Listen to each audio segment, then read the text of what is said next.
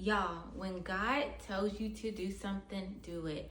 Let me tell you why. So y'all know that I'm hosting my first ever event here in Dallas, Texas. I've been living here for about a year, and the Lord told me to host a slumber party.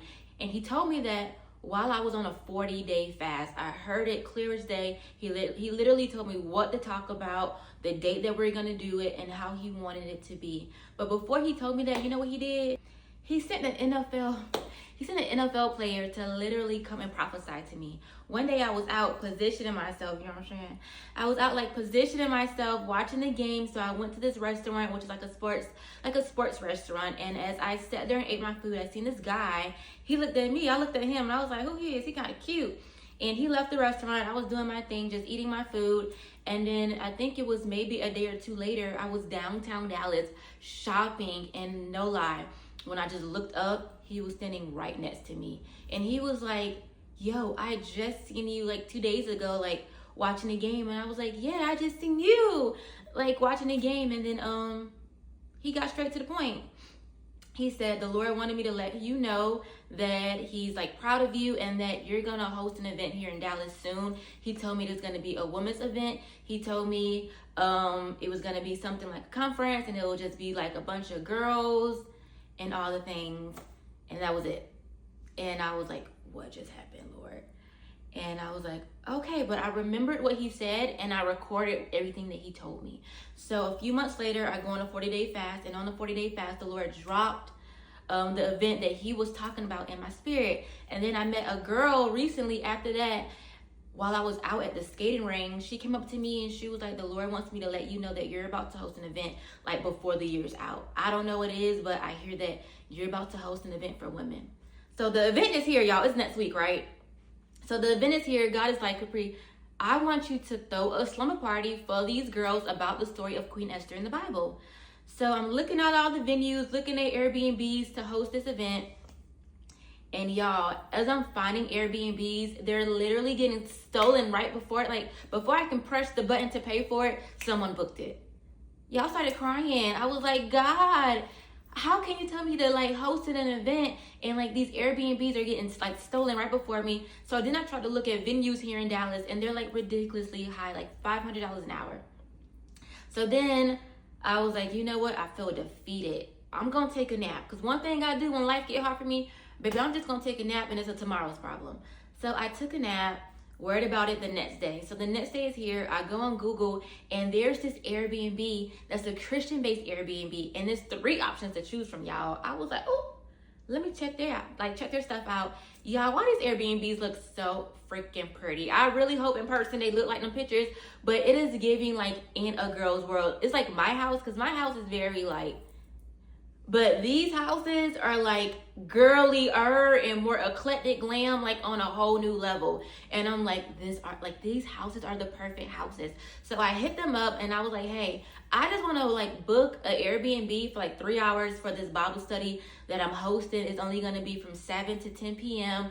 It's going to be a sleep under basically, because we're not spending the night. I just need this Airbnb for this Bible study that I'm hosting. And the people was like, you can have your Bible study, but you can only book it.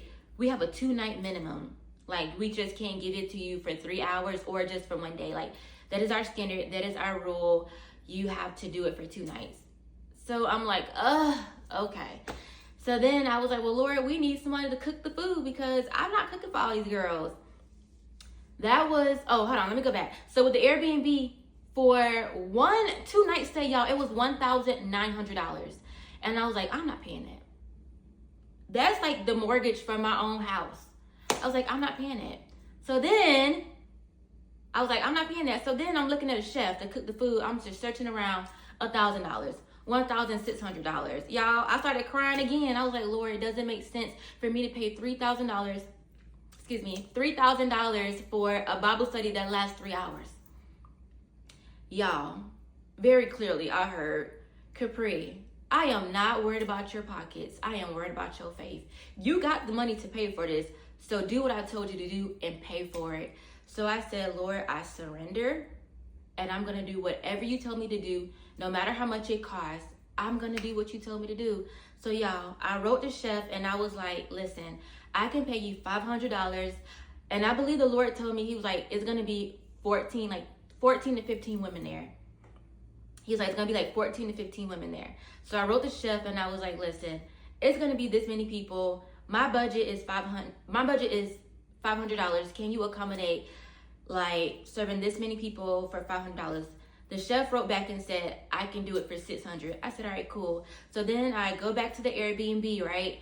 And I'm looking at the Airbnb. I wrote them, I was like, hey, I'll take this Airbnb, which is, they had different options. So this Airbnb was $1,300. I was like, I'll book this one for 2 nights. They was like, all right, perfect. Everything's booked. Y'all, why the next day, someone hits me up from this account that I have. They was like, hey, Capri, you have a $500 credit that you need to use, before the year is out. Y'all, the chef was paid for.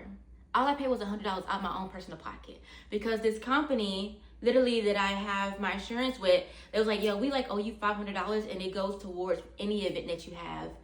Y'all, while I was crying, I was like, oh my goodness, that is nobody but God. But it gets better. So then after I said yes, and I paid out of pocket for this Bible study, this 3-hour Bible study that just cost me about $2,000, right?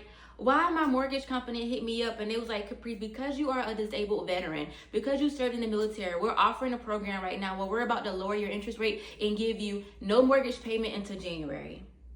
Y'all, that's nobody but God.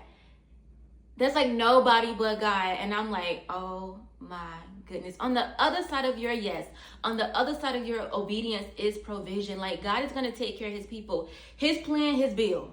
If he said it, if he called you to it, he will provide. And he was like, yo, increase your faith. He said, Capri, oh, this is another thing, y'all. A lot of people did not sign up, right? But he said, Capri, if I can trust you with the 2, I can trust you with this time next year, the 2,000. If you can steward well the little that I have given you, and if you remain humble in all that I'm doing in your life, I will literally call you to the nations, but I'm seeing if I can trust you. Y'all. So it gets even better. So then my homegirl, Jennifer, she had an event that the Lord told her to do through faith. And as I went to Jennifer's event, I met this I met this interior designer, and she's like pretty up there. You know what I'm saying? She that girl. So she was like, Capri, I want to invite you to a round table. I go to this round table with all these wealthy women, you know what I'm saying?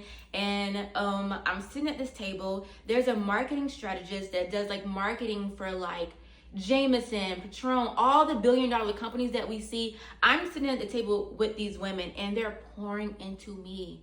Like, they're pouring into me. They was like, we want to help you. You're here in this room. How can we help you? And I'm like, listen, I have an event coming up in about a week, and only 3 people signed up for it. And they looked at my Instagram. They was like, we're going to help you. They gave me the verbiage. They told me what type of reel to make. And it was like, post this. Y'all, why I posted a reel just showing this venue, changing around the caption a little bit, changing it from, oh, I'm having a slumber party to, oh, ladies, I'm having a Christian event to get my target audience.